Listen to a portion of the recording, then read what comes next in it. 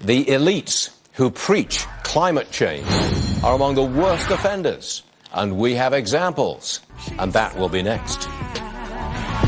Tonight, and as long as I got my suit and tie, I won't leave it all on the floor tonight. And you got fixed up to the nines. Let me show you a few things. All dressed up in black and white, and you're dressed in that dress I like. Love is. There is a new book on climate change which exposes what the book calls the hypocrisy of Hollywood celebrities who speak out on climate change. Joining us now is ClimateDepot.com Executive Director and the author of that book, Climate Change, the guide, incorrect guide to climate change. Our guest is Marc Morano. All right, Marc, first of all, let's talk about, it's been a long time since we saw you. Let's talk Arnold Schwarzenegger. He says he is suing Big Oil for murder. Deal with it, please. Well, then Arnold would have to sue himself. And in terms of an average versus the average American, Arnold Schwarzenegger is probably one of the most oil-intensive human beings on the planet. From owning his own Humvee to his private commuting to his work on a private jet, a Gulfstream, on a daily commute when he was governor of California. He also has threatened climate skeptics by, he said he wanted to strap their mouth to a tailpipe to see, so they could understand that carbon dioxide is a pollutant. Well, first of all, that's carbon monoxide, but the Terminator wants to terminate climate skeptics. He has no authority to speak. He also wanted people to air dry their clothes to save carbon dioxide, and there were no reports of clothes hanging at the governor's mansion or out of one of his many homes floating in the wind. I don't like the cliche, you can't make this stuff up, but I think it's applicable in this instance. Okay, let's move on to Leonardo DiCaprio. Yes. Hypocrisy, please. Show me. Leonardo DiCaprio was chosen by the United Nations as their climate spokesman, their UN climate envoy. He goes and speaks in New York. He speaks at all the conferences.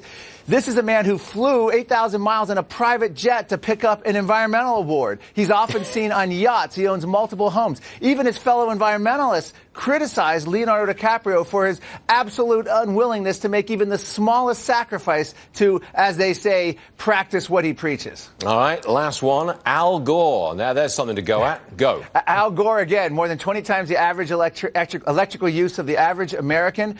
Al Gore is now in deep water because it's being exposed that he has personally benefited from his own lobbying on Capitol Hill. Here was a former vice president lobbying Congress to enrich companies that he himself founded or was a director of, and he went from a $1 million net worth to at least a $100 million net worth, and that's before he sold his TV network to the oil-rich Al Jazeera network, to the horror of his former staff. They wouldn't even take fossil fuel advertising. So this is a man who has immensely benefited off fossil fuels. I call him the most lavishly funded fossil fuel player in the climate debate. Yet he's seen as a concerned former vice president, not as a self-serving lobbyist. He did sell his TV station to an oil sheikdom, I think. Yes. Al Jazeera network. Al Jazeera, that's right. And he made a lot of money on it, right? Hundreds of millions of dollars, and his former staffers of his old current TV network were appalled. I mean, Gore had made the pledge they wouldn't even accept fossil fuel advertising, and yet he sells the whole network to that. And Al Gore, again, his lifestyle, he's frequently on private jets. He flies around the world. In fact, his sequel and his first film both have him at airports traveling around. He is not willing to make an ounce of sacrifice. He'll say, I put windmills on my home, but he still has 21 times and sometimes some months 30 times electrical use to the average American. No concept of sacrificing for the climate. We hear you, Marc Morano, and we will read the book. Thanks very much, Marc. Thank you. We'll see you again real soon. There will be, here's a promise, more Varney after this.